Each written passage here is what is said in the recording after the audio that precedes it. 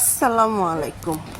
কত মানসিক খারাপ জঘন্য লোক হলে নিজের স্ত্রী প্যারালাইসিসে অসুস্থ হওয়ার কারণে ঘরে প্রস্রাব পায়খানা করে দেখে নিজের স্বামী তাকে জীবিত কবর দেওয়ার জন্য নিয়ে আসছে।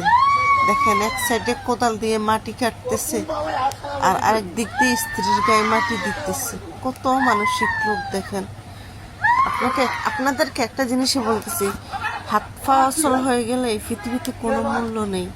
এই মহিলার দিকে তাকালে বুঝতে পারবেন সে এখন তার স্বামীর কোনো সেবা যত্ন, শারীরিক চাহিদা কোনো কিছুই করতে পারে না দেখে আজকে এই স্ত্রীকে সে জীবিত মাটি দেওয়ার জন্য এবং কেমন অমানসিকভাবে তার গায়ে হাত তুলতেছে। দেখে কত মারা মারতেছে। পৃথিবীতে মেন অবলম্বন হলো মেয়েদের স্বামী। স্বামীর কাছে যদি এত অবহেলিত থাকে তাহলে এই নারীর পৃথিবীতে বেঁচে থাকায় কোনো লাভ নেই। বাবার বাড়িতে ঠাঁই না হলো মেয়েদের স্বামীর বাড়িতে ঠাঁই হয়।